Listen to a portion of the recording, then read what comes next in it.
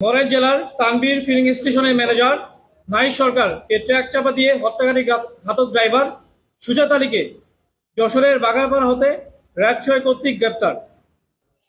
এরই ধারাবাহিকতায় ২৯শে মার্চ ২০০৬ বিকাল ১৬:৩৫ ঘটিকায় র্যাব ৬ CPC-3 যশোর ক্যাম্পের একটি চৌকস আভিযানিক দল গোপন সংবাদের ভিত্তিতে যশোর জেলার বাগারপাড়া থানার কিসমত মাহমুদপুর এলাকায় অভিযান পরিচালনা করে। অভিযানের সময় নড়াইল জেলার তানবীর ফিলিং স্টেশনের ম্যানেজার নাহিদ সরকারকে ট্রাক চাপা দিয়ে হত্যাকারী ঘাতক ড্রাইভার সুজাত আলীকে র্যাব ৬ গ্রেপ্তার করে। প্রাথমিক জিজ্ঞাসাবাদে অভিযুক্ত ব্যক্তি ভিকটিমকে ট্রাক চাপা দিয়ে হত্যার দায় স্বীকার করে।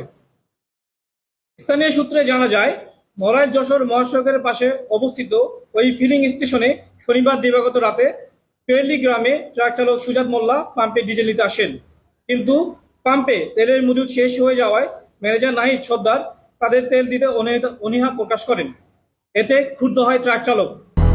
200-র বেশি সার্ভিস ও ফিচারে লেনদেনের সব বিকাশ অ্যাপে সম্ভব। প্রত্যক্ষদর্শীরা জানান, এক পর্যায়ে পরিস্থিতি উত্তপ্ত হয়ে উঠলে ট্রাক চালক প্রকাশ্যে নাহিদকে ট্রাক চাপা দিয়ে হত্যার হুমকি দেন। এর কিছু সময় পর প্রায় রাত 2টার দিকে কাজ শেষে নাহিদ ও তার সহকর্মী জিহাদ মোটরসাইকেলে করে নিজ গ্রামের উদ্দেশ্যে রওনা হন।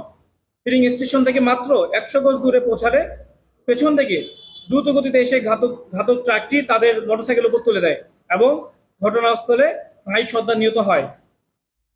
গোয়েন্দা তথ্য প্রযুক্তির সহায়তায় আসামির অবস্থান শনাক্ত করা সম্ভব হয়েছে। যশোর জেলার বাগারপাড়া থানার কিসমত মাহমুদপুর এলাকা হতে হত্যা মামলার প্রধান আসামিকে গ্রেপ্তার করা হয়।